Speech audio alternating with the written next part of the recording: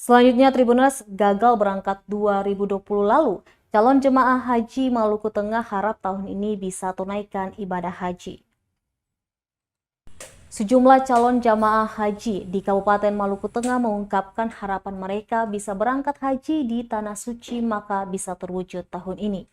Ridwan menjelaskan sudah 2 tahun pasca pendaftaran hajinya disetujui dan hendak masuk kloter pemberangkatan tahun 2020.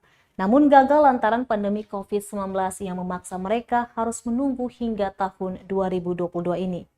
Dia dan CCH lainnya pun berharap tahun ini sudah tidak ada lagi pembatasan sosial akibat pandemi COVID-19 dari pemerintah Kerajaan Arab Saudi. Sehingga harapan mereka untuk bisa berangkat di tahun ini bisa terwujud.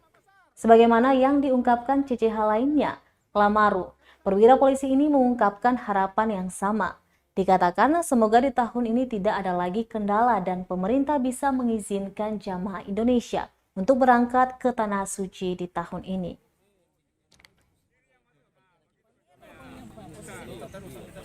Ini kan dia kain kasar, jadi kalau itu motor itu yang atas agak panjang, supaya dia senjatuh.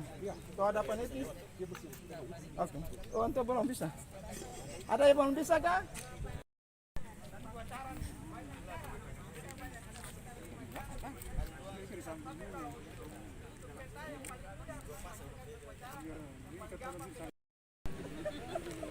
Ujung mau ke apa?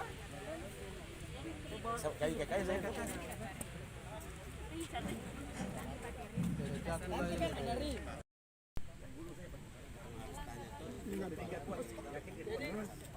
Kita ulangi kembali cara yang